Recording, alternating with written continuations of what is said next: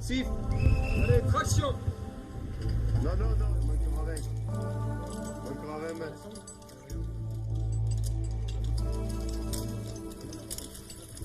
Ah, tu l'envoies quand même? Non, bon, on revient. Ok, allez. D'accord, c'est parti. C'est parti. Allez.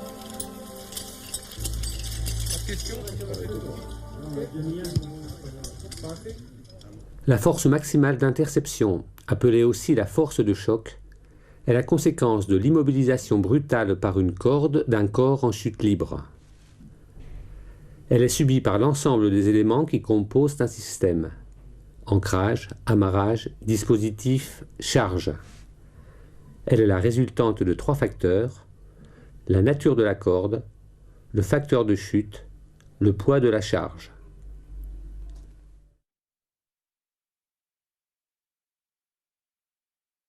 Les essais présentés ci-après ont été réalisés en milieu naturel le 21 mai 2003 à Cassis dans les Bouches-du-Rhône. Les gueuses utilisées possédaient une masse de 80 kg. Les cordes testées étaient de type semi-statique, de diamètre 10,5 mm et de 7 ans d'ancienneté.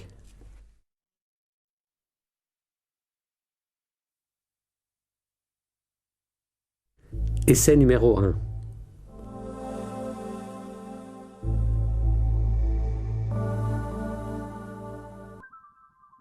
Chute d'une masse de 80 kg en facteur 1. Les connexions entre l'amarrage sur point fixe et l'amarrage sur la charge sont réalisées au moyen de nœuds de cabestan.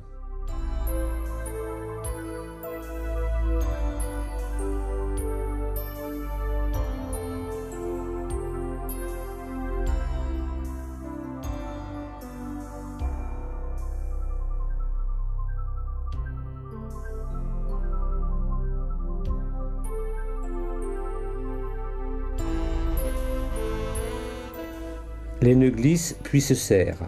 Aplatie, la corde reprend son aspect initial et sans dommage après quelques minutes. Le désengagement des nœuds dans les mousquetons se réalise par coulissement. Le glissement au choc absorbe une partie significative de l'énergie à l'impact. De plus, la corde supporte la force sur 2 brins dans le mousqueton.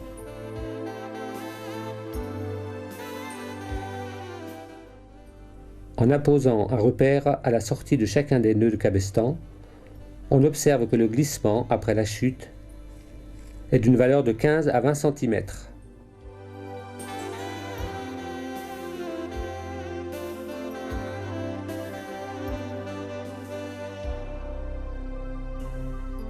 Essai numéro 2.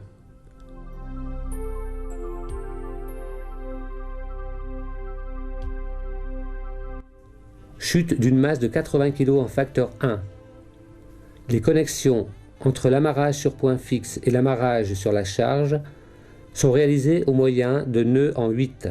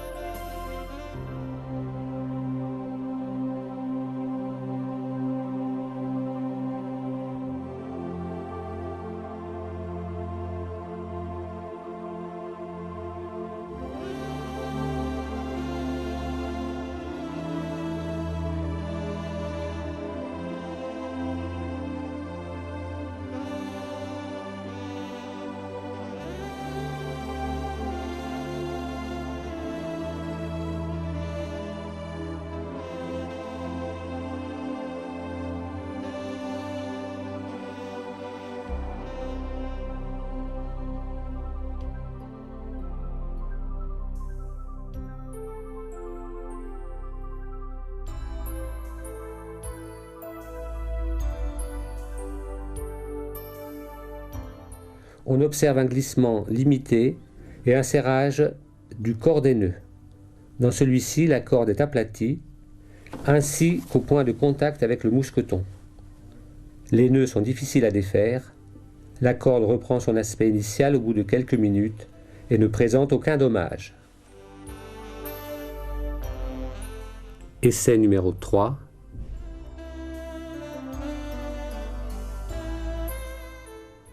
Chute d'une masse de 80 kg en facteur 1 connectée à la corde par un bloqueur de point à picot. La connexion entre la masse et le bloqueur est réalisée au moyen d'un mousqueton en partie inférieure du bloqueur.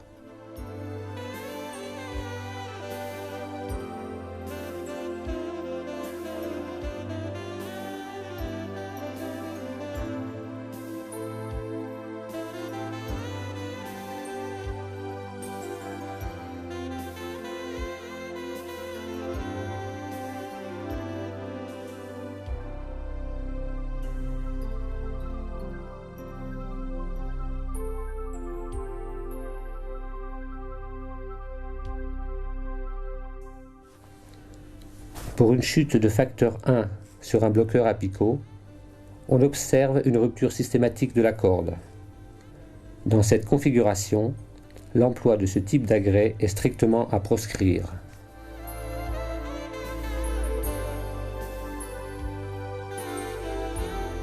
Essai numéro 4.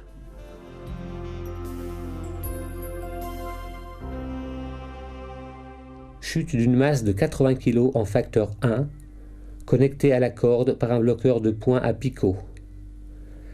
La connexion entre le bloqueur et la masse est réalisée au moyen d'un mousqueton engagé dans les deux orifices d'ancrage supérieur de l'agrès. La corde est enserrée par mousqueton.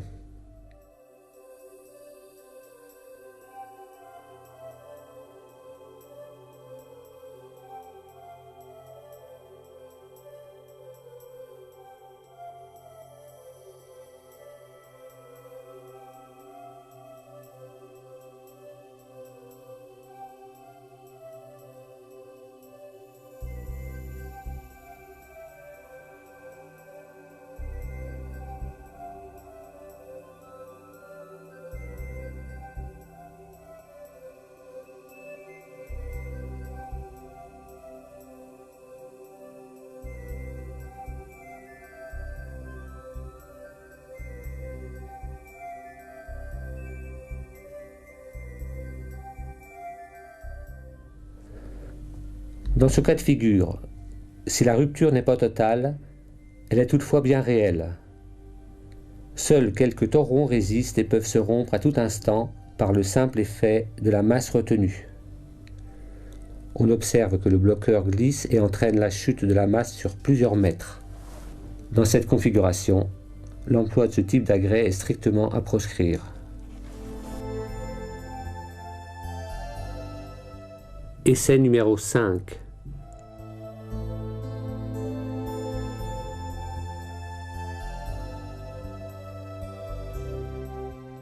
Chute d'une masse de 80 kg en facteur 1 sur nœud français.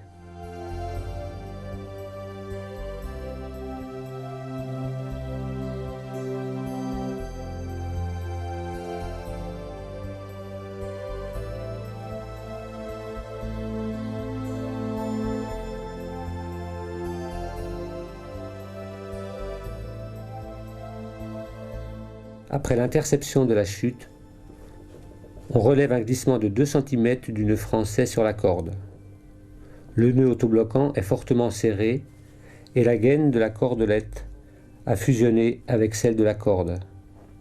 Si celle-ci est glacée sur sa gaine, aucune atteinte de lame n'est relevée. Ce type d'auto-assurance est fortement préconisé en cas de choc potentiel sur une corde. Essai numéro 6. Chute d'une masse de 80 kg en facteur 1 sur un descendeur de type stop. Le descendeur est bloqué par une demi-clé plus une clé d'arrêt.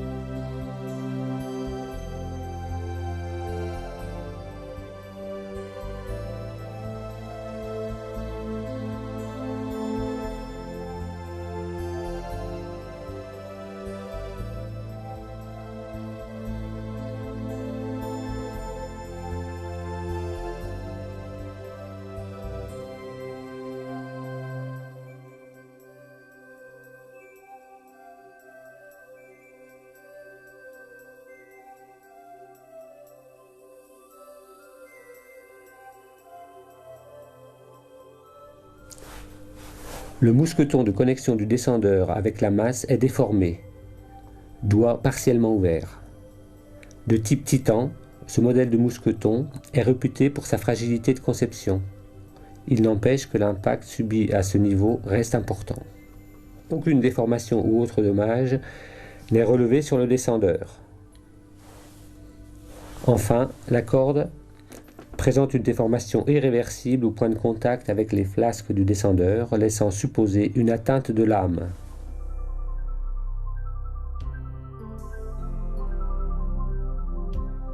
Essai numéro 7.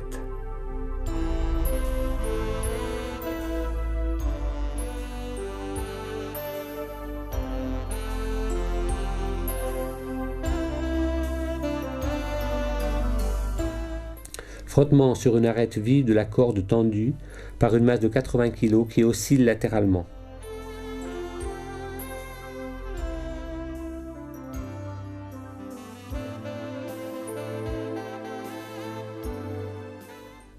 Après 14 mouvements, la gaine se déchire et glisse en faisant descendre la charge.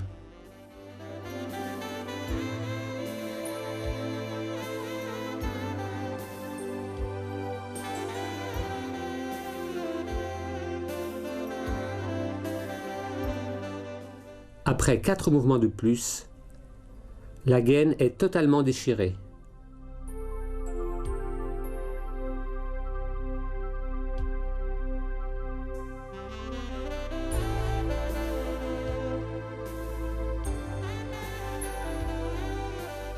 Au bout de 41 mouvements, les torons de lame cèdent.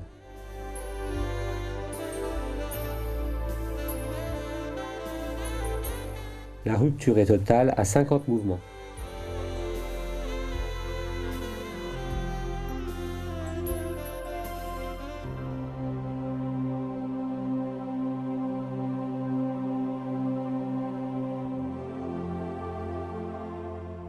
Essai numéro 8.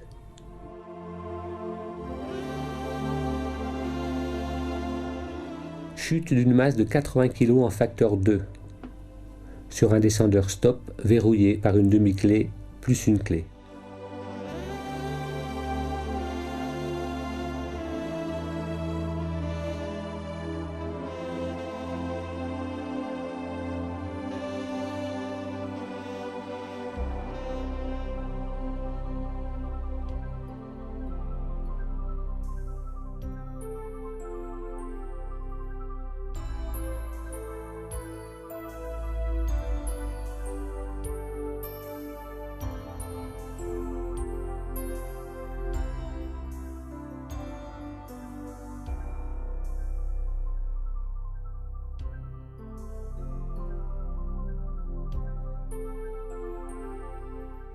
Le descendeur est légèrement vrillé mais reste utilisable. En revanche, on observe une déformation irréversible de la corde au point de contact avec les flasques du descendeur. Cette configuration peut être observée lors de la déconnexion d'un équipier à l'amarrage d'un fractionnement lors de la descente. C'est la raison pour laquelle le verrouillage du descendeur est proscrit durant cette phase de progression.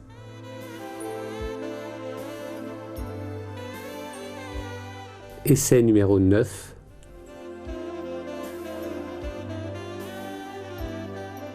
Rupture de fractionnement entre deux masses sur descendeur stop verrouillé par une demi-clé plus une clé.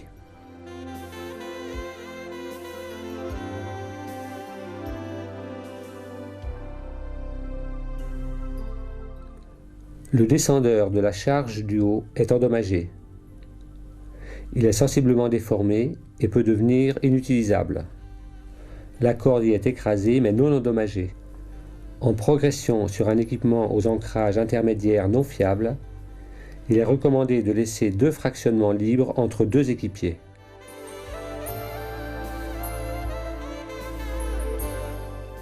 Essai numéro 10.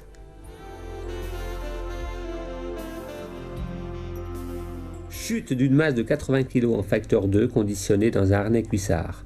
Les connexions entre le harnais cuissard et l'ancrage sont réalisées au moyen d'un nœud de cabestan.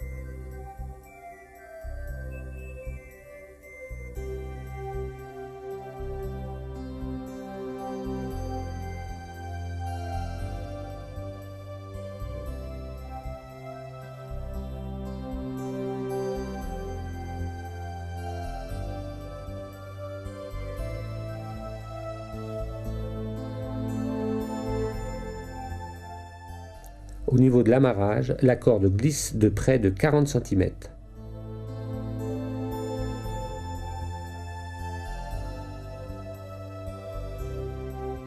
La corde n'est pas endommagée. Sur le mousquetaire à vis de ceinture, la corde glisse de l'ordre de 30 cm et aucun dommage n'est observé. Le harnais cuissard n'est pas endommagé.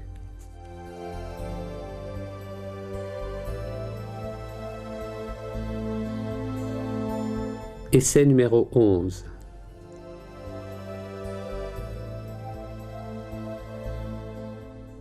Chute d'une masse de 80 kg en facteur 2 dans un harnais cuissard.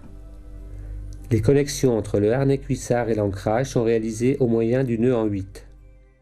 Un nœud de cabestan, passé dans un mousqueton, est réalisé entre la charge et l'ancrage en pleine corde.